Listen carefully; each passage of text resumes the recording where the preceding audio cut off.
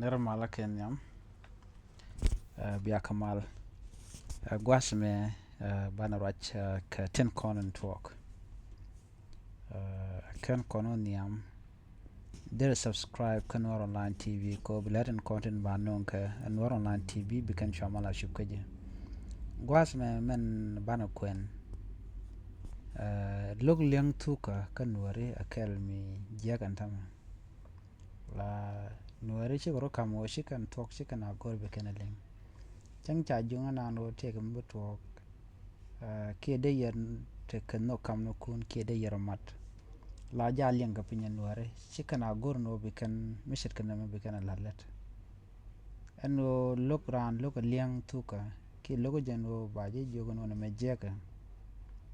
na mo no rik tu wan re dur nuare intama ka jan gwasa me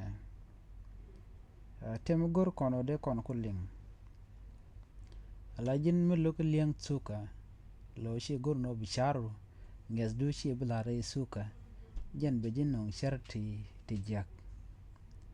ala sharmu jak babere te kadu lo shi rodu bi mal jako bi mungwan jen bi lana sharmu jak baben kaji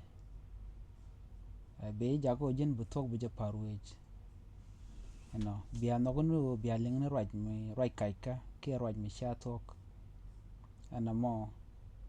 be jako bu mi jeng jalung bu jakwanya ano jen bi shar mi shodo lot e shima shar mo gwa na me yere shang no rega jan gwa same kana ma to ko millo ka liang ana mi sha liang cha ye jek ke sha je lok batedun wan bayar gwa da me ana yere shang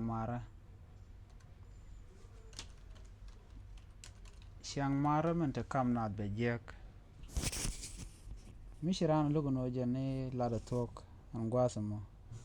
wa bu tok bo be chutel bitene jeg wana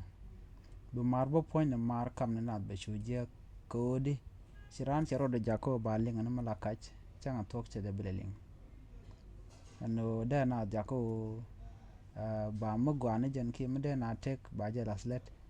chiram mo che de bin no be jala le no mo be mar ta kam na be jawoj ko brana gur mi jeng mi shor lu chet ko anta ma kan ware de chong yan ran ke le ko dam wora chang jalan mi shro do lodo na me liang ko jin mi logo bi mu gwana jen bi lalet no gona liang mi je ke mi chalat na mo jaga je ko ba bi shang ware be je ka je ano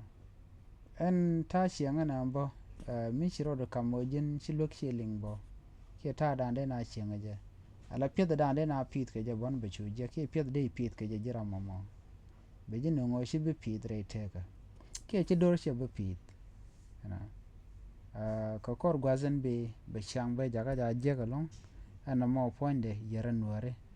gor jeno de nuare de kan liang su ka de kan lalet ko mite mi cha ga ju ko no charo dan mat ke chana shianga me chana jawoj mite ga shiang mongong na mi yarna mukana kon chon kel chi shiang ma chagwa la dor la bad ajen la na kula ju no yena gor jeno bien ta ka mat bien ta ka mal kam no kon ko biarik dialan kontin choy ka dor ke tin choy ka ye bia ko kulo go dum no mission na ti karen kam ko lok no bu ko tok bu ken ling lo la kan goro bu ga kam no ken na mo karwade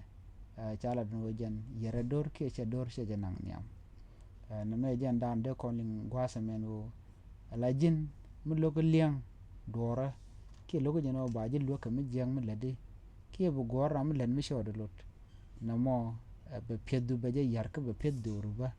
be je yar jen dan de koling ban nyawo je ka mi ladien chuje poro jeno jen be subscribe ko online tv ya tagamal bye bye